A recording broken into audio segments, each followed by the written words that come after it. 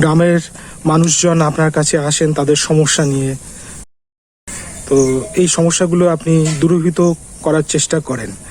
তো এই যে মানুষের ধরুন সাংসারিক জীবনে এত কলহ অশান্তি, তো সেই অশান্তি থেকে মানুষ কিভাবে মানে গৃহস্থ আশ্রমের কথা বলছি, তারা কিভাবে মুক্ত হতে পারে বা তাদের জীবনে কিভাবে শান্তি আসতে পারে, তার একটু দিক নির্দেশ করুন আপনি।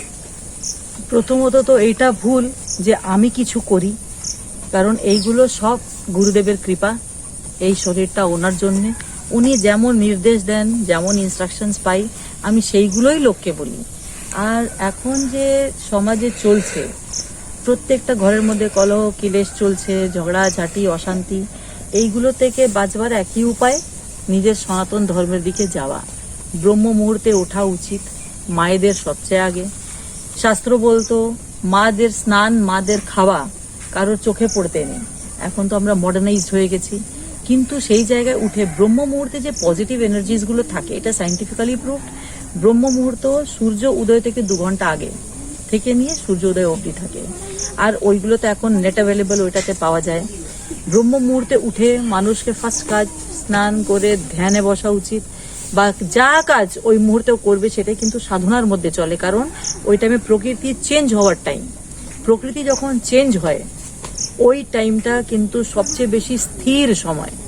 ওই স্থির সময়ের মধ্যে নিজের মনকে স্থির করার সবচেয়ে বেশি চান্স, বেশি টাইম আপনি পাবেন। সেই টাইমের মধ্যে যদি মানুষ ওঠে, তখন আমরা যেহেতু জানি পুজো পাঠ করলে একটা পজিটিভ ভাইব্রেশনস হয়, সেই পুজো পাঠ যদি লোকে করে তাহলে ওই পজিটিভিটিটা তার ভিতরে গ্রাস্প করার জিনিসটা চলে আসে।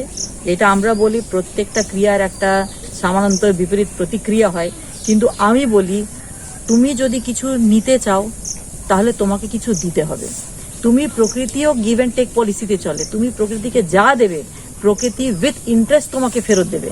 প্রকৃতিকে যদি তুমি ওই মুহূর্তে ভালোবাসা, স্বেচ্ছার সুন্দরতা দাও, তাহলে ও তোমার জীবনকে উইথ ইন্টারেস্ট অতটাই সুন্দর করে গুছিয়ে দেবে।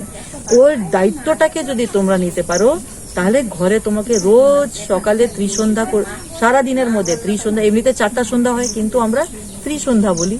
একটা সকালে যখন রাতের সাথে সকালের মিলন উষাবেলা, একটা দুপুরে যখন সকালের সাথে দুপুরের মিলন হচ্ছে দুপুরবেলায়, যেটা আমরা 12টা ফিক্স টাইম করে দিয়েছি।